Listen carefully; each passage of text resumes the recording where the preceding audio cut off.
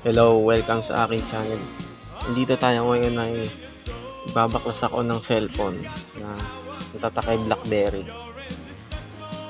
Ang dahilan ko bakit ko siya binabaklas ay para ipunin yung mga gold content sa loob.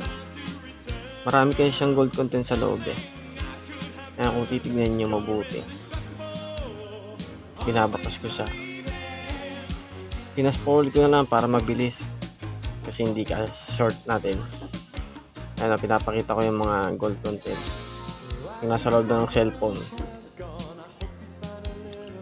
Medyo marami siya. Ayan, tingnan nyo. Okay nang diba? Kasi kaya gold ang ginagamit sa mga cellphone kasi maganda siyang conductor ng cellphone. Hindi agad siya nagtatarnish. Hindi agad nasisira. Salamat.